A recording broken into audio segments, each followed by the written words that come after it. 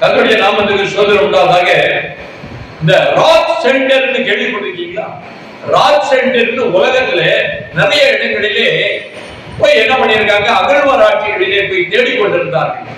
அப்ப வேதாகமத்திலே யாரு யாரு அந்த காலத்துல எலியா எங்க தங்கி இருந்தாரு, ஒவ்வொரு தீர்க்கதரிசிகள் எங்க எங்க தங்கி இருந்தார்கள், ஜனங்கள் எங்கே தங்கி இருந்தார்கள் என்று பார்க்க அதை போய் என்ன பண்ணிருக்காங்க, ஆராய்ச்சி பண்ணி பார்க்கிறாங்க. அங்க இருக்கக்கூடிய இடங்கள் எல்லாம் பார்த்தா நிறைய கெமிக்கல்லாம் எப்படி உண்டாகுது, நிறைய நீரோட்டங்கள், பூமியினுடைய ஒரு அசைவுகளிலே பாறை இடுக்குகள் உண்டாகிறது. அதன் மூலமாக எல்லா பெரிய மலைகள் மீது நீர் ஓட்டங்களிலே பல மாதிரியாக என்ன அப்படின்னா மலைகளிலே பல பாதைகள் உருவாகிறது, சில புகைகள் உருவாகிறது, பாறை இடுக்குகள் உண்டாகிறது. அதிலே அவர்கள் இருந்ததாக இந்த நாட்களிலே தேடி பார்க்கிறாங்க. ராக் சென்டர் இந்த பாறை பகுதிகளிலே என்ன பாத்தீங்கன்னா மலை பாத்தீங்கன்னா இயற்கையோட இருக்கும். மலை இயற்கையா இருக்குது.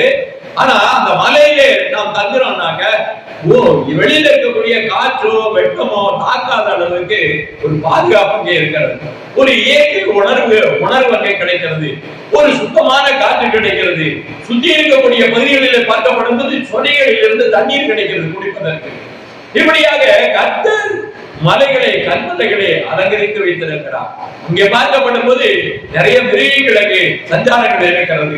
இவைகளின் வகைப்பாடுகளை இந்த உலகத்தில் என்ன பண்றாங்க, நீர்வீழ்ச்சி பகுதிகளை இந்த நாட்களில் என்ன பண்றாங்க, நிறைய தேடி பார்க்கும் போது ஜெர்மன்ல பள்ளத்தாக்கு இந்த நாட்களிலே பார்க்கிறாங்க.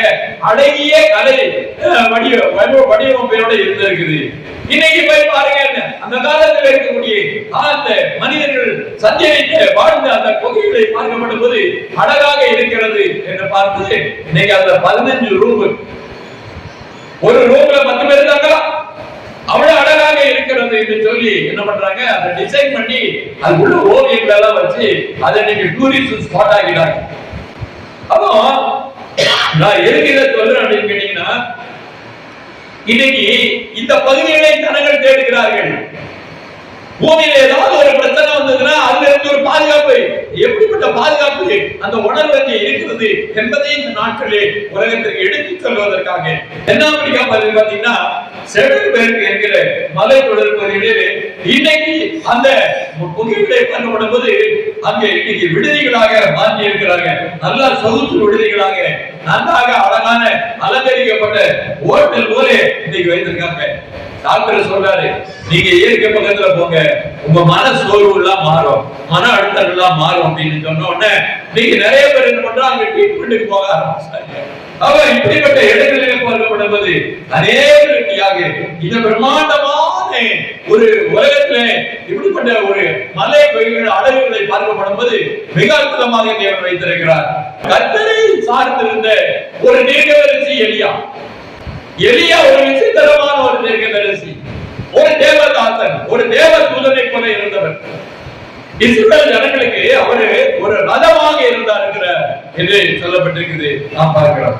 அவனுடைய எலியா தனக்கு மனசோர்வு உண்டாகும் போது ஆண்டவர் நம்மளை இந்த நாட்களில் பாதுகாப்பை தேடி மலைக்கு ஓடினார் என்று நாம் பார்க்கிறோம். ஏன் அப்படின்னு கேட்டா, இவரை கொல்ல சொல்லி அரசாங்கத்தில் உத்தரவு போட்டாங்க. அவருடைய மனைவி என்ன பண்ணா, ஏசபேல் என்ன பண்ணா, கொல்ல சொல்லி உத்தரவு போட்டாச்சு. அந்த நேரத்திலே இவர் ஓடி போய் எங்கே போய் தங்கி இருக்கிறார் பார்க்கப்படும் போது ஒரு மலை பகுதியிலே அங்க போய் தங்கி இருக்கிறார். அங்கே அவர் தங்கி இருக்கிற நேரத்திலே இளைப்பாறுதல் மாத்திரமல்ல, ஆண்டவர் உணவை அங்கே கொடுக்கிறார். காகத்தின் மூலமாய் உணவை கொடுக்கிறார்.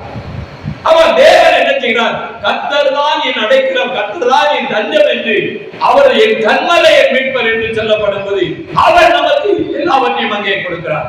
காகத்தின் மூலமாய் உணவை அங்கே அனுப்பி கொண்டிருக்கிறதை நாம் பார்க்கிறோம். எந்த இடத்துல இருந்தாலும் சரி, நம் கன்மலை நம் மீட்பர் நமக்கு போதுமானவராய் இருக்கிறார். ஒரு எக்ஸாம்பிள காட்டினவர் யார் அப்படின்னா எலியாவுடைய தீர்க்கதரிசி. இப்பொழுது நாம் வாசிக்க வேண்டிய ஒரு பகுதி 1 ராஜாக்களுடைய புத்தகத்திலே 17ஆம் அத்தியாயம் 1 நான் வாசிக்கிறேன்.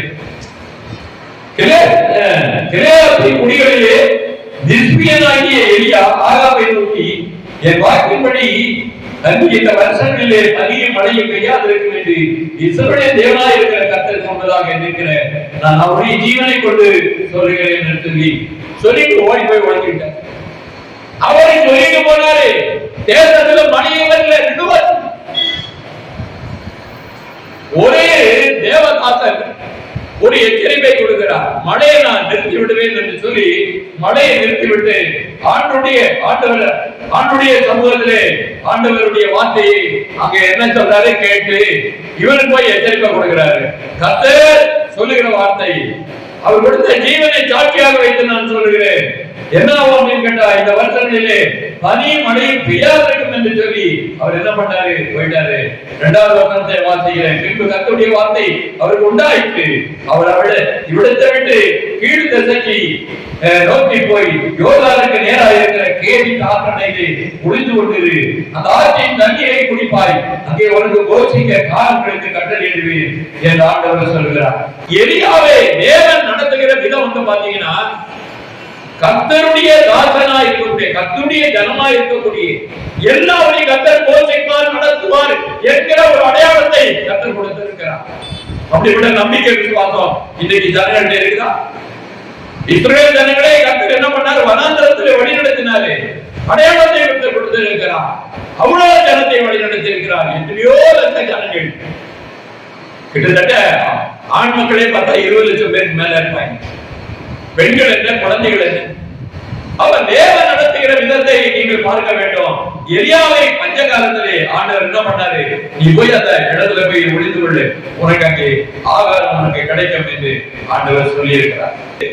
1 ராஜாக்களுடைய புத்தகம் 19ஆம் அத்தியாயம் 1ஆம் வசனம், எலியா செய்த எல்லாவற்றையும் அவன் தீர்க்கதரிசிகளை எல்லாரையும் பட்டயத்தாரை கொண்டு போட்ட செய்தி அனைத்தையும் ஆகாப் ஏசபேலுக்கு அறிவித்தார்.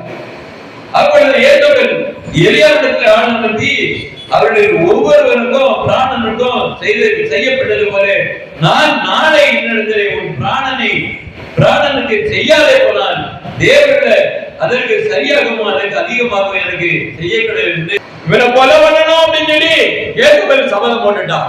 நீ என்னுடைய பாகமுடைய பூஜாரிகள் எல்லாரையும் 400 பேருக்குனால கொண்டு என்ன பண்ணா, கொண்டு போய் போட்டாச்சு. இதை கேள்விப்பட்ட பிறகு இவனுக்கு கோபம், எல்லாத்துக்கும் காரணத்தை எலியாதான். எலியாவை கொண்டு போட்ட வகை தேடின போது கடைசியில் என்னாச்சு, பயந்து கொண்டு அவர் என்ன பண்ணி இருக்கிறார் அப்படின்னா ஓடி போயிட்டாரு. 9ஆவது வசனத்தை வாசிப்போம். அங்கே அவன் ஒரு கெபிக்குள் போய் தங்கினான். இதோ கர்த்தருடைய வார்த்தை அவருக்கு உண்டாகி அவரை, எலியாவே இங்க உனக்கு என்னையா வேலை அப்படின்னு கேட்கிறேன், என்ன காரியம் என்று கேட்டார். அதற்கு அவன், சேனையின் தேவனாய் இருக்கிற கர்த்தாவே, வெகு பக்தி வைராக்கியமா இருந்து இஸ்ரவேல் புத்திரர் உமது உடன்படிக்கையை தள்ளிவிட்டார்கள், உம்முடைய பலிபீடங்களை இடித்து உம்முடைய தீர்க்கதரிசிகளை பட்டயத்தினால் கொண்டு போட்டார்கள், நான் ஒருவர் மாத்திரம் மீதியாக இருக்கிறேன், என் பிராணனை வாங்க தேடுகிறார். பாத்தீங்களா எவ்வளவு பெரிய நெருக்கடி. இவர் சொல்லுகிறாரு, என்னுடைய பிராணனை வாங்க தேடுகிறார்கள் என்று சொல்லி நான் பதவி விதைத்து நான் கெவியில தங்கி இருக்கிறேன் என்று சொல்றான். அப்ப கெவி வந்து எப்படி இருக்குது, மலை கெவிகள்லாம் எப்படி இருக்கு, கண்மலைகள்லாம் தங்குவதற்குரிய ஒரு தகுதியவே ஒரு, அதாவது என்ன அப்படின்னா குடியிருப்பு இடைப்பாறுதலுக்காக இடமாக அது காணப்பட்டிருக்கிறது. அவர் எல்லா இடத்துக்கும் போகல. எந்த மலைக்கு ஓடி இருக்கிறாரு, எந்த பகுதியில் ஓடி இருக்கிறார் நினைக்கிறீங்க? எலியா எந்த மலைக்கு ஓடி இருக்கிறாரு, எந்த பகுதியில போனாரு, இது நன்றாக தெரிந்து கொள்ள வேண்டும். அவர் போறது எங்க இல்ல, இவரை சந்தித்த இடம் எது, இவர் பார்க்கிற இடம் எது என்று பரிந்துரைப்பது வேதாகமத்திலே சொல்லி இருக்கிறது. 11ஆவது வசனத்தை நாம் வாசிப்போம். நீ வெளியே வந்து கர்த்தருக்கு முன்பாக பர்வதத்தில் பாத்தீங்களா, நீ வெளியே வா, கெபியில இருந்து வெளியில வா, பர்வதத்தில் வந்து நில்லு என்று சொல்லுகிறார். அப்பொழுது இதோ கர்த்தர் கடந்து போனார். பாருங்க, நீ இந்த பர்வதத்துல வந்து நின்று கர்த்தர் கடந்து போவார். அவன் ஒரு தீர்க்கதரிசியா இருக்கக்கூடிய எலியாவை பர்வதத்திலே நின்று கொண்டு ஆண்டவர் கடந்து போகிறார் என்று சொல்லப்பட்ட போது கர்த்தருக்கு முன்பாக பர்வதத்திலே நின்றார். அப்பொழுது என்ன நடக்கிறது? கர்த்தர் கடந்து போகும்போது என்ன நடந்தது? கர்த்தருக்கு முன்பாக பர்வதங்களை விளக்கிறதுமான கண்மலையை உடைக்கிறதுமான சாதாரண விஷயங்களாக மேல கண்மல் என்ன அப்படின்னா அந்த கண்மலைக்கு எது சொல்லுவாங்க அப்படின்னா ஹார்ட் ஸ்டோன் என்று சொல்வார்கள். ஹார்ட் ஸ்டோன்ல தான் என்ன பண்ணுவாங்க அப்படின்னா சிலைகள் எல்லாம் செய்வாங்க. அதை நீங்க சுத்தியில வச்சு அடிக்கவே முடியாது. ஹார்ட் ஸ்டோனு, சாஃப்ட் ஸ்டோனு, மீடியமா இருக்கக்கூடிய ஸ்டோன். நீங்க இந்த அம்மியில அரைக்கிறீங்கல்ல, அதெல்லாம் சாதாரண ஒரு நார்மலான கல். அதை விட கடினமான ஒரு கல் இருக்கு. ஊர்ல பாத்தீங்கன்னா இளவட்டங்கள்ல என்ன பண்ணுவாங்க அப்படின்னா ஒரு குண்டு கல்ல தூக்கி போட்டா தான் உங்களுக்கு கல்யாணம் பண்ணுவாங்க. பாத்துருக்கீங்களா? 20 பவுண்டு 40 பவுண்டு. அப்ப அது ஹார்ட் ஸ்டோன். சில கல்லுகளை பாத்தீங்கன்னா வெயிட் அதிகமா இருக்கும். அது ஹார்ட் ஸ்டோன். இப்படிப்பட்ட கண்மலைகளா இருக்கக்கூடிய பர்வதத்திலே அப்படிப்பட்ட பெரிய இடத்துல ஒரு காற்று வருகிறது. பயங்கரமா ஒரு காற்று வருகிறது. கண்மலை இருக்கிற பாறைகள் பறக்கிறது. அப்ப எப்பேற்பட்ட காற்றா இருக்கும்? இங்க இருக்க மழை நேரத்தில் அடிக்கிற காற்றுல பாத்தீங்க அப்படின்னு கேட்டீங்கன்னா போன வாரம் நடந்த சம்பவம். ராணிப்பேட்டை வழியா வந்து எல்லா மரங்களும் முறிந்து கிடக்கிறது. இது சாதாரண காற்று. ஆனா மலைகளில் இருக்கக்கூடிய பாறைகளை தூக்கி வீசக்கூடிய பெரிய காற்று என்று பார்க்கப்படுவது ஆண்டவருக்கு முன்பதாக ஒரு பெரிய காற்று போகிறது. ஒரு பெரிய காற்று கடந்து போகிறது. பலத்த காற்று பெருங்காற்று உண்டாயிற்று. ஆனாலும் அந்த காற்றிலே கர்த்தர் இருக்கவில்லை. காற்றிற்கு பின்ன பூமி அதிர்ச்சி உண்டாயிற்று. பூமி அதிர்கிறது. பூமி அதிர்கிறது. அந்த மலைகள் எல்லாம் அதிர்கிறது. எல்லாமே பூமியே அதிர்ந்து கொண்டிருக்கிறது. ஆண்டவருடைய வருகைக்கு முன்பதாக இந்த காற்று வந்தது. கண்மலைகள் இருக்கிற மலைகளில் இருக்கக்கூடிய பெரிய பாறைகள் பறக்கிறது. கண்மலைகளை பறக்கிறது. அப்படிப்பட்ட ஒரு பெரிய காற்று வந்தது. அதுக்கப்புறம் பூமி அதிர்ச்சி அப்படியாக நடக்கிறது. அதுக்கப்புறமாக அந்த பூமி அதிர்ச்சியிலும் கர்த்தர் இருக்கவில்லை. பூமி அதிர்ச்சிக்கு பின் அதுக்கப்புறமா என்ன வருதுன்னா அக்னி புறப்பட்டு போகிறது. பயங்கரமான ஒரு அக்னி போகிறது. அந்த அக்னியும் கர்த்தர் இருக்கவில்லை. அக்னிக்கு பின் அமர்ந்த ஒரு மெல்லிய சத்தம் உண்டாயிற்று. பாத்தீங்களா?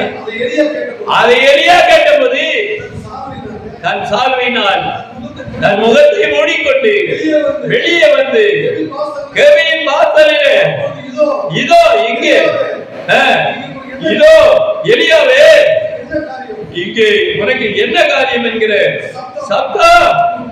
ஆண்டுடைய வார்த்தை எப்படி புறப்பட்டு பார்த்தீங்களா? ஆண்டுடைய வார்த்தை கிளம்பி வருதுன்னா அது சும்மா வரல. ஆண்டுடைய வார்த்தை வானத்திலிருந்து பரலோகத்திலிருந்து வருகிறது என்றால் அது ஒரு பயங்கரத்தை காண்பிக்கிறது என்று நாம் பார்க்கிறோம். இதெல்லாம் தெரிந்து கொள்ளுங்க. உங்களுக்கு எத்தனை பேருக்கு தெரியுமா தெரியாதோ, இந்த இடத்துல இந்த பலத்த காற்றும், இந்த பூகம்பம், இந்த அக்னி, இதெல்லாம் என்னதுன்னு நினைக்கிறீங்க? வேதாகமத்துல என்ன சொல்லியிருக்கு? இந்த காற்று என்றால் என்ன? இந்த அக்னி என்றால் என்ன? இந்த பூமி அதிர்ச்சி என்றால் என்ன? வேதாகமத்திலே பார்க்கப்படுவது எதை குறிக்கிறது? அது எபிரேயருடைய புத்தகத்தை எடுத்துக் கொள்ளுங்கள். 1ஆம் அத்தியாயத்திலே அதற்கான விளக்கங்கள் அங்கே இருக்கிறது. 1ஆம் அத்தியாயத்திலே 7வது வசனத்தை வாசியுங்கள். தேவதூதனை குறித்தோ நம்முடைய தூதர்களை காற்றுகளாக, புரிஞ்சுக்கிட்டீங்களா? ஆண்டவர் வருகைக்கு முன்பதாக ஒவ்வொரு தூதரும், பலமான தூதர்கள் கடந்து போய்தான் அந்த பெரிய காற்று. சும்மா ஒண்ணும் கிடையாது. பயங்கரமான ஒரு காற்று வருதுன்னா தேவ தூதன் ஒருத்தன் புறப்பட்டு போறான்னு அர்த்தம். அதுக்கப்புறமாக தன்னுடைய ஊழியக்காரனை அக்கினி ஜுவாலை, அங்க பாத்தீங்கன்னா அக்கினி ஜுவாலை போகுது. அப்போ கர்த்தருடைய யார் போறா? கர்த்தருடைய ஊழியர்கள், தூதர்கள் போகிறார்கள். கர்த்தருக்கு பணிவிடை செய்கிற தேவ ஊழியர்கள் யார் அப்படின்னா தேவ தூதர்கள். பலவான்களா இருக்கக்கூடிய தேவ தூதர்கள் போகிறாங்க, அக்கினியா இருக்கக்கூடிய தேவ தூதர்கள் போறாங்க, காற்றாய் பூமி அதிர்ந்தங்களாக இருக்கிறது. ஆண்டவராகிய இயேசு கிறிஸ்து கல்லறையில் இருக்கும்போது நமக்காக யாரு இந்த கல்லை யாரு திறந்து வருவாங்க அப்படின்னு சொல்லி இவர்கள் காத்திருக்கும் போது வானத்திலிருந்து ஒரு தூதன் அப்படியே இறங்கி பூமி எதிர்த்தது. கல்லறையினுடைய அந்த வாசலில் இருக்கக்கூடிய கல்லை புரட்டி போட்டு அங்க உட்கார்ந்து பார்க்கிறோம். அப்ப தூதனுடைய பலம் என்ன, தூதனுடைய வல்லமை என்ன, அதை விட பெரிய வல்லமை உள்ள ஆண்டவர் தான் நம்மளுடைய ஆண்டவர். அப்ப ஆண்டவர் மகத்துவம் உள்ளவர், நலமுள்ளவர். அவருடைய வார்த்தை சாதாரணமாக இல்லை. அவருடைய வார்த்தை வரும்போது நம்மோட பேசும்போது அதற்கு முன்பதாக தேவ தூதர்களை அனுப்புகிறார். பயங்கரமாக போகிறார்கள், பயங்கரத்தை காண்பிக்கிறார்கள், வல்லமையை காண்பிக்கிறார்கள், மகத்துவத்தை காண்பிக்கிறார்கள். யார் வருகிறார்? என் தேவன் வருகிறார். ஆண்டவர் கடந்து போகிறார், வார்த்தையாக கடந்து போனார். அல்லேலூயா. பார்க்க முடியல, அவர் சத்தமாக இருந்தார். அவர் வார்த்தையாக இருந்த தேவன் வார்த்தையாக கடந்து போகிறார். அல்லேலூயா.